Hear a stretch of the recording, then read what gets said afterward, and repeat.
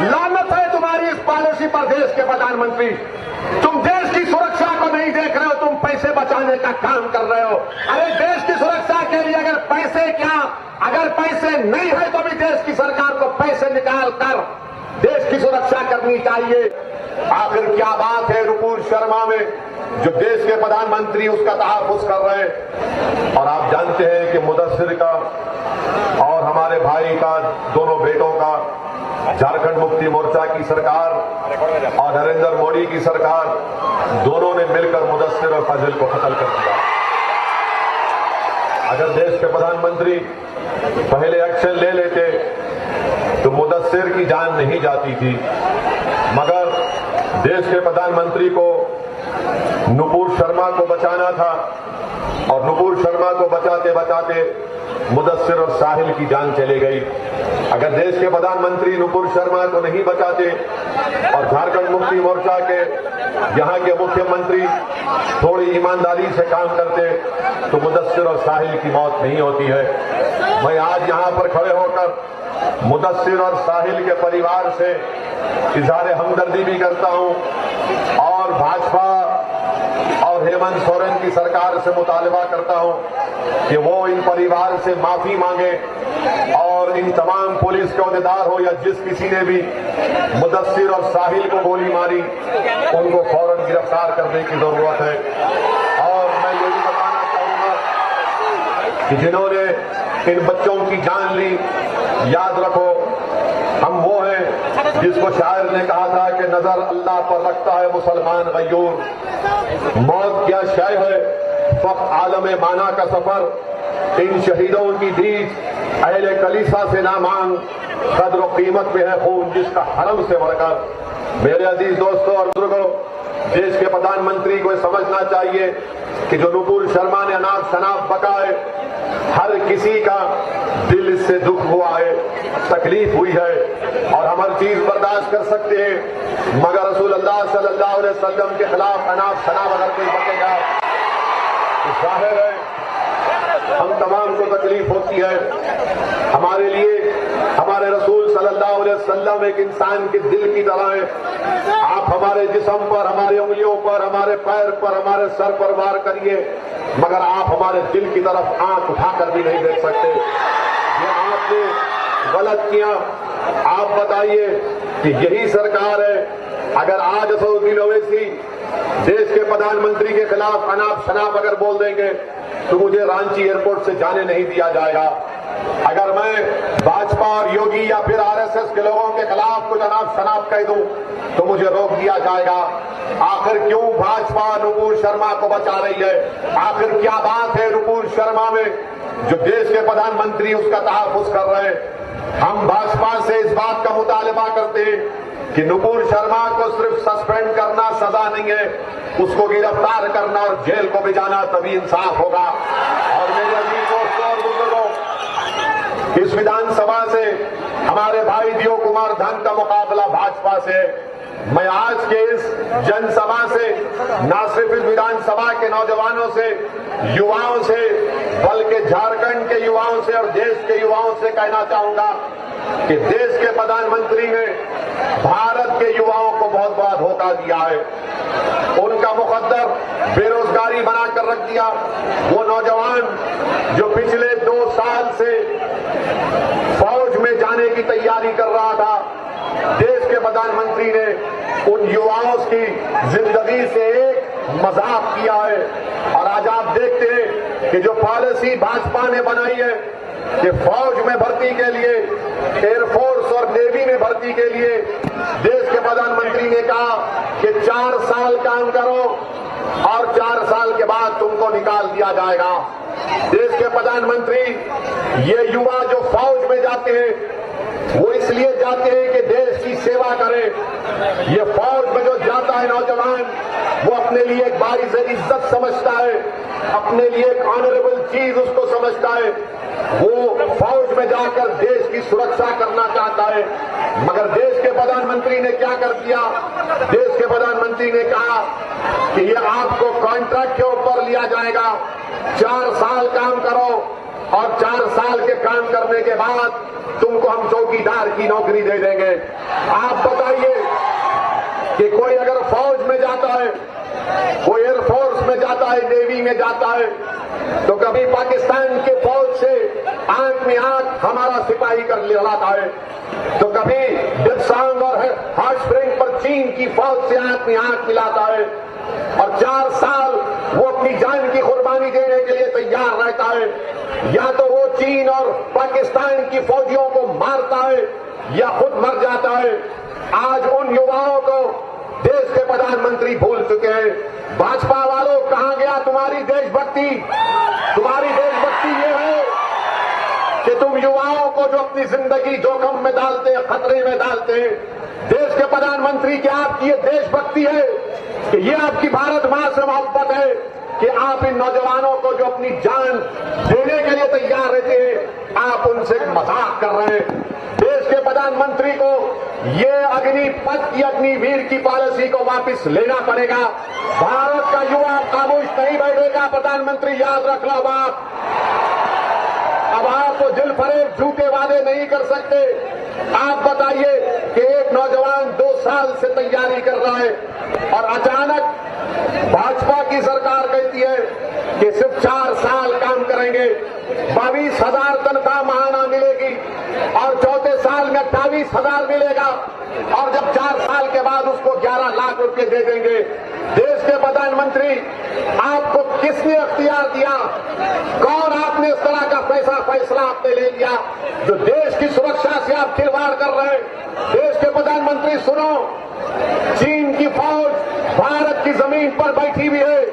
पाकिस्तान से आतंकवादी आज भी हमारे देश में आते हैं।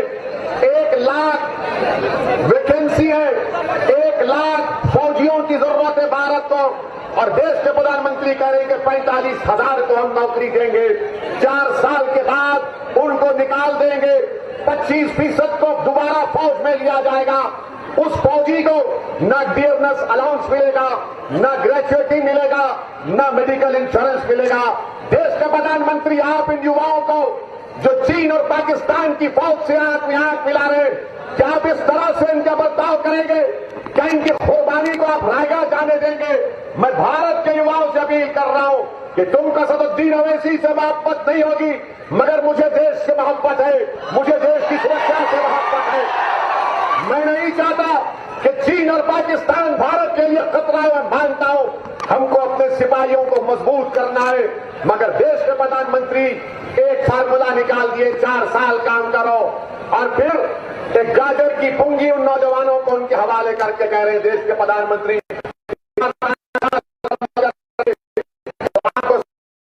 फोर्स में, सीआरपीएफ में, बीएसएफ में, सीआईएसएफ में, आईटीबीपी में दिया जाएगा। झूठ बोल रहे हैं देश के प्रधानमंत्री, झूठ कह रहे हैं। 2020 में सिर्फ 10,000 सेंट्रल पैरामिलिट्री फोर्स में नौकरियां दी गई। अगर 10% होगा तो 1,000 को नौकरी मिलेगी। देश के प्रधानमंत्री, झूठ बोलना बंद करो, देश की सुरक्षा करो। ये आपने जो पॉलिसी का ऐलान किया, इसको वापस लो। आप फौज में कोई जाता है तो देश की सेवा करने के लिए जाता है, और मैं इन तमाम हमारे प्रदेशों की सरकारों से कहना चाह रहा हूं, पहले रिक्रूटमेंट होता था प्रदेश की बुनियाद पर, इस स्टेट में इतने फौजी जाएंगे। आज भारत के प्रधानमंत्री पूरे ऑल इंडिया लेवल पर रिक्रूटमेंट करेंगे। अरे ये इससे फौज में इम्बैलेंस पैदा हो जाएगा, हमारी लोकतंत्र को खुदा ना खास्ता कहीं खतरा मुस्तकबिल में ना पैदा हो जाए। चीन से खतरा, पाकिस्तान से खतरा, भारत के अतराफ में घेरा हुआ है, मगर देश के प्रधानमंत्री पैसे बचा रहे, पैसे बचा रहे। लानत है तुम्हारी इस पॉलिसी पर देश के प्रधानमंत्री। तुम देश की सुरक्षा को नहीं देख रहे हो, तुम पैसे बचाने का काम कर रहे हो। अरे देश की सुरक्षा के लिए अगर पैसे क्या, अगर पैसे नहीं है तो भी देश की सरकार को पैसे निकाल कर देश की सुरक्षा करनी चाहिए। मगर प्रधानमंत्री, क्योंकि उन्होंने, उनकी सरकार ने 8 साल में देश की इकोनॉमी को बर्बाद कर दिया, बर्बाद कर दिया।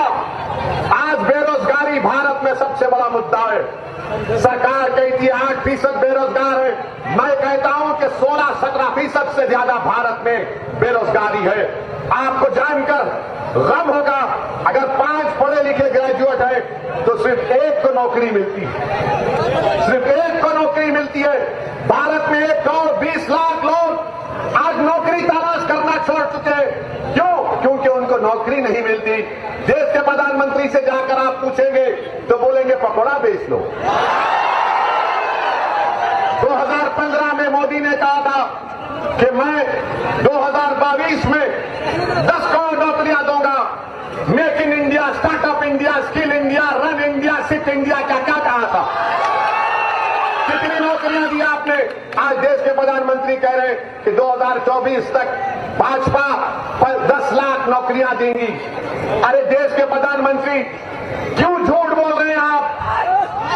क्यों झूठ बोल रहे हैं? क्या फरवरी 2022 में पार्लियामेंट के क्वेश्चन में ministry of personal Jitendra Singh ने जवाब दिया था? कितनी नौकरी आपने दी? आपने जवाब में कहा था 8 लाख वैकेंसी है और आपने 8 साल में सिर्फ 70,000 नौकरियां गवर्नमेंट ऑफ इंडिया में दी। आप बताइए 2 साल में 10 लाख नौकरियां कहां से देंगे? 10 लाख नौकरियां नहीं है भारत सरकार के पास। भारत सरकार के पास 55 लाख नौकरियां हैं।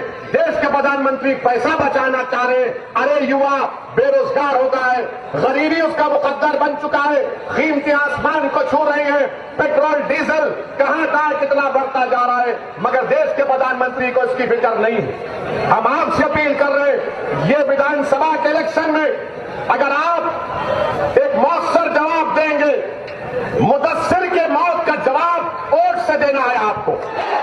क्या आप ये जो फौज की पॉलिसी है जिसमें देश की सुरक्षा को दांव पे लगा दिए भारत के प्रधानमंत्री, क्या उसके खिलाफ वोट देंगे आप? याद रखिए, जब आप वोट देंगे, भाजपा को हराएंगे यहां से, तो देश के प्रधानमंत्री को तब मालूम होगा कि अब चाय बेचने की बात अब मैं नहीं कर सकता। ये गलत पॉलिसियां देश के प्रधानमंत्री कर रहे हैं और आज आप देखते हैं कि भारत का नौजवान आज इनके गलत फैसलों की वजह से गुस्से में है, आक्रोश में। हम टीवी चैनल पर एक गए थे तो वहां पर मोहतरमा ने कहा आप इसका खंडन करिए, मजम्मत करिए। बोले नहीं करेंगे। बोले ट्रेन जल गई, ट्रेन जल गई। ट्रेन क्या किसी पार्टी की होती है? हमने जवाब दिया और फिर कह रहे हैं तुमने उन नौजवानों को रोड पर क्यों लाया? तुमने उन नौजवानों को गुस्सा क्यों दिलाया? वो गरीब परिवार के बच्चे जो कर्जे लेकर कोचिंग हासिल करते हैं, एग्जाम लिखते हैं, 2019 से कोशिश कर रहे हैं, आज अचानक देश के प्रधानमंत्री ने उनके ख्वाबों को चुकनाचूर कर दिया। मीडिया ने लिखा कि मुदस्सिर ने इस्लाम जिंदाबाद का नारा लगाया तो गोली मार दिए। क्या कांग्रेस पार्टी में मौजूद जो विधायक है उनसे पूछना चाह रहे हैं, आपने अब तक उन पुलिस के अहदेदारों को सस्पेंड क्यों नहीं करवाया? आपने अब तक उन पुलिस के अहदेदारों को गिरफ्तार क्यों नहीं करवाया? हम रांची पहुंचे तो इनका एक विधायक बोलता है कि ओवैसी को आने नहीं देंगे। अरे क्या झारखंड तुम्हारे बाप का है? आने नहीं देंगे? आज हिम्मत है तो आओ सामने आके रोक के दिखाओ, देखते हैं। मैं मौत से कभी डरा ना कभी डरूंगा इंशाअल्लाह। खाली बस टीवी कैमरे के सामने आने नहीं देंगे, वो नहीं करने देंगे। याद रखो, हम किसी से डरने वाले नहीं है सिवाय रब्बे करीम के। और कांग्रेसियों, तुम में अगर गैरत बाकी है तो गिरफ्तार करो उन लोगों को जिन्होंने मुदस्सिर की जान दी। अगर इंसानियत जिंदा है तो बताओ तुम इंसाफ के लिए क्या करोगे? मगर आज हम आए हैं तो हमारे जाने के बाद ये शुरू कर देंगे ओवैसी की बात में नहीं आना। ओवैसी जज्बाती तकरीर करता है। मैं जज्बाती नहीं, सच्चाई को बयान करता हूं और करता रहूंगा इंशाअल्लाह ताला। अब कांग्रेस पार्टी से कुछ होने वाला नहीं है। जिस दिन कांग्रेस पार्टी खत्म होगी भारत में, उस दिन नरेंद्र मोदी इलेक्शन हार जाएंगे। अगर कोई भाजपा को, मोदी को जिता रहा है तो उसका नाम कांग्रेस पार्टी है। ये कमजोर हो चुके हैं, इतने कमजोर हो चुके हैं कि इनके लीडर को दिल्ली में ईडी बुलाती है तो 100 लोग दिल्ली में जमा नहीं कर कर सकते ये।